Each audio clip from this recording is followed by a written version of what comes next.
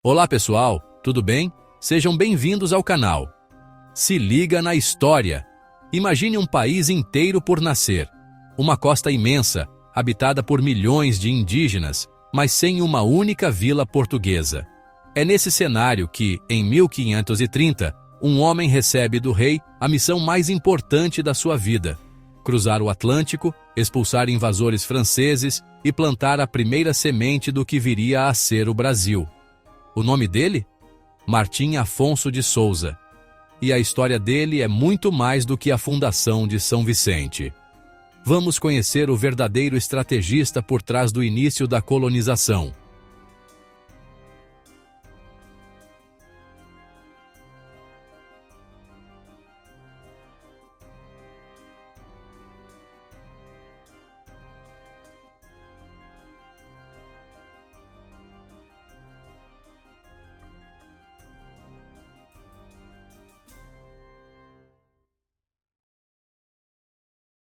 Para entender a história da colonização do Brasil, precisamos primeiro conhecer o homem que a liderou.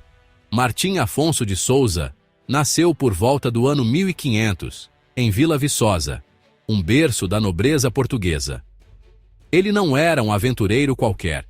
Vinha de uma das famílias mais influentes do reino. Seu pai, Lopo de Souza, era o alcaide-mor de Bragança, um cargo de imensa responsabilidade militar e administrativa. Sua mãe, Brites de Albuquerque, pertencia a uma linhagem igualmente poderosa. Essa herança não lhe deu apenas status, mas também uma rede de contatos e uma educação privilegiada, preparando-o para grandes feitos desde o nascimento. E Martim Afonso tinha uma ambição que mal cabia em Vila Viçosa. Desde cedo, ele mirava o centro do poder, a corte real. Uma história famosa, talvez uma lenda, ilustra perfeitamente seu caráter. Ao decidir deixar o serviço do poderoso Duque de Bragança para servir diretamente ao rei, ele teria declarado: "O Duque pode fazer-me alcaide-mor, mas só o rei pode fazer-me Duque." Essa frase revela um cálculo político afiado.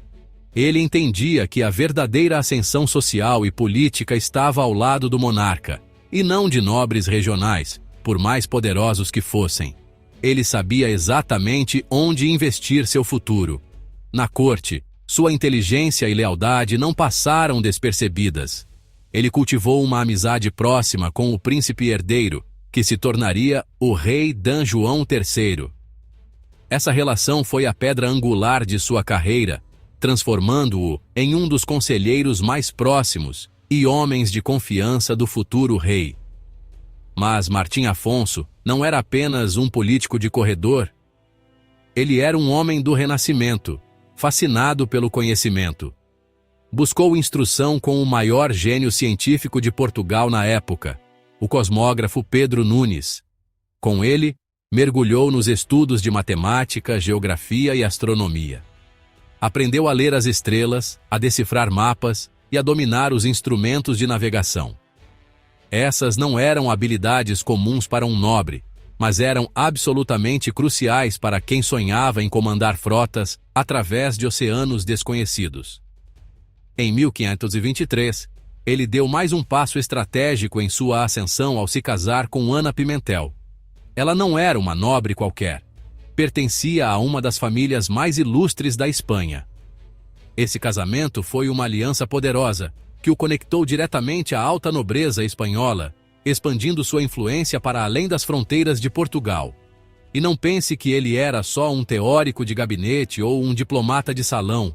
Martim Afonso provou seu valor no campo de batalha. Chegou a lutar ao lado do próprio imperador Carlos V contra os franceses, onde se destacou por sua bravura e liderança no duro cerco de Fuenterrabia. Ele era, portanto, a rara combinação de um homem da corte, um homem da ciência e um homem da guerra. Era o perfil completo, o candidato perfeito para a missão mais delicada e ambiciosa que o Reino de Portugal estava prestes a conceber. A ameaça francesa ao litoral brasileiro, com suas constantes incursões para contrabandear pau-brasil, tornou-se intolerável para a coroa portuguesa. Em 1530, O rei Dom João III, ciente de que a posse da terra só se garantiria com a ocupação efetiva, tomou uma decisão que mudaria para sempre o destino do Brasil. Ele confiou a Martim Afonso de Souza a maior e mais bem equipada expedição já enviada à América. A missão era dupla: expulsar os corsários franceses e, principalmente, estabelecer os primeiros núcleos de povoamento permanentes. Em 3 de dezembro de 1530, uma frota com 4 navios e cerca de 400 homens, entre soldados, colonos, artesãos e religiosos, partiu de Lisboa. A bordo, seguia também seu irmão, Pero Lopes de Souza, cronista que registraria em seu diário as memórias desta jornada histórica. A travessia do Atlântico foi árdua e perigosa. Após meses no mar, a expedição percorreu metodicamente toda a costa brasileira, combatendo navios franceses e mapeando o território. A viagem os levou até a foz do Rio da Prata, um ponto estratégico para demarcar os limites do Tratado de Tordesilhas contra as ambições espanholas. Foi nesse percurso que a tragédia se abateu sobre a frota. Uma das naus principais, comandada por Pero Lopes, naufragou em uma tempestade, resultando na perda de vidas e suprimentos valiosos. Apesar do revés, a determinação de Martim Afonso não foi abalada. Após explorar a região, Martim Afonso escolheu um local protegido e fértil no litoral do que hoje é São Paulo. Ali, em 22 de janeiro de 1532, um marco foi estabelecido. Ele fundou a primeira vila do Brasil nos moldes portugueses, São Vicente. Mais do que um simples acampamento, a vila foi concebida como um centro de poder e administração. No coração do povoado, foi instalado o Pelourinho, um pilar de pedra que simbolizava a autoridade real, a justiça e a ordem do Império Português, fincando raízes na nova terra. O sucesso deste empreendimento não teria sido possível sem alianças locais. Martim Afonso demonstrou grande habilidade diplomática ao se associar a duas figuras que já viviam na região e a conheciam profundamente. O português João Ramalho, que vivia entre os indígenas há décadas, e o poderoso cacique tupiniquim Tibiriçá.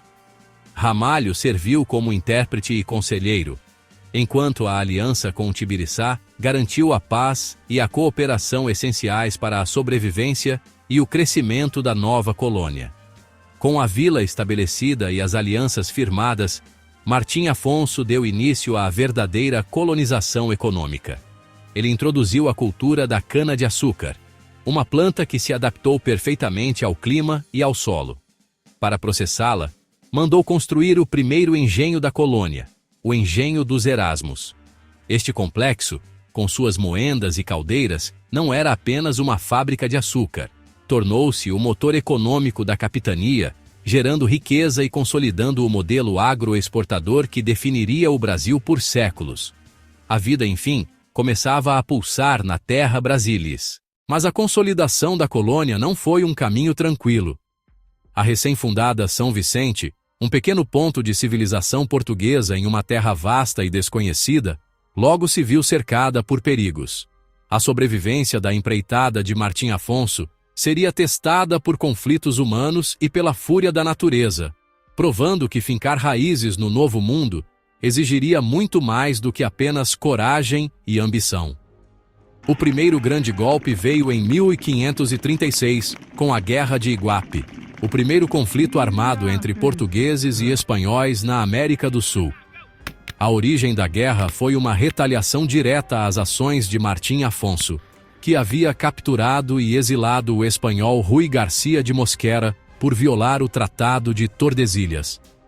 Buscando vingança, Mosquera retornou, aliou-se a indígenas hostis e liderou um ataque surpresa. A vila de São Vicente foi invadida, saqueada e incendiada, um duro lembrete da precariedade da presença portuguesa. Como se a ameaça humana não bastasse, a natureza também se mostrou implacável. Em 1541, um evento catastrófico, descrito como um maremoto ou uma violenta ressaca, atingiu a costa. As águas do mar avançaram com uma força devastadora, destruindo grande parte da vila de São Vicente. O desastre forçou os colonos a reconstruir a povoação em um local mais seguro e protegido, um pouco mais para o interior, demonstrando a resiliência dos primeiros habitantes. Martim Afonso, no entanto, não estava presente para testemunhar essas provações. Em 1533, antes mesmo desses eventos, ele foi chamado de volta a Portugal pelo rei D. João III, que precisava de seus talentos para outras missões vitais para o império. Ele partiu do Brasil, deixando para trás o início de uma nação, e nunca mais retornaria à terra que ajudou a colonizar. Mas sua história não parou. De volta a Portugal, sua carreira atingiu novos patamares. Foi nomeado capitão-mor da Armada do Reino, a mais alta patente naval. Entre 1542 e 1545, assumiu o prestigioso e desafiador cargo de governador da Índia Portuguesa, um dos postos mais importantes e lucrativos de todo o império, administrando os vastos interesses comerciais e militares portugueses no Oriente. Após uma vida de serviços prestados à coroa em 3 continentes, Martim Afonso de Souza faleceu em Lisboa, em 21 de julho de 1564. Seu corpo foi sepultado com honras no convento de São Francisco da cidade, um local de grande prestígio. Ali, seus restos mortais repousam até hoje, o testemunho silencioso de um homem cuja visão e ação foram fundamentais para moldar o futuro do Brasil e a expansão do Império Português. Martim Afonso de Souza foi muito mais que um navegador. Foi o homem que, a mando do rei, plantou a primeira semente urbana do Brasil. A Vila de São Vicente, fundada por ele, foi o ponto de partida para a colonização que se espalharia por todo o território. Sem sua expedição de 1530, talvez a história do Brasil tivesse sido muito diferente. O que você achou dessa figura fundamental da nossa história? Conhecia o papel dele? Deixa nos comentários. Se você gosta de conhecer os bastidores da história e quer ajudar o canal a crescer, considere se tornar um membro. O link está na descrição. Não esquece de deixar o like, se inscrever no canal e ativar o sininho para não perder nenhum episódio. Compartilha esse vídeo para espalhar conhecimento. Espero que tenha curtido esse conteúdo e te vejo no próximo vídeo. Até a próxima!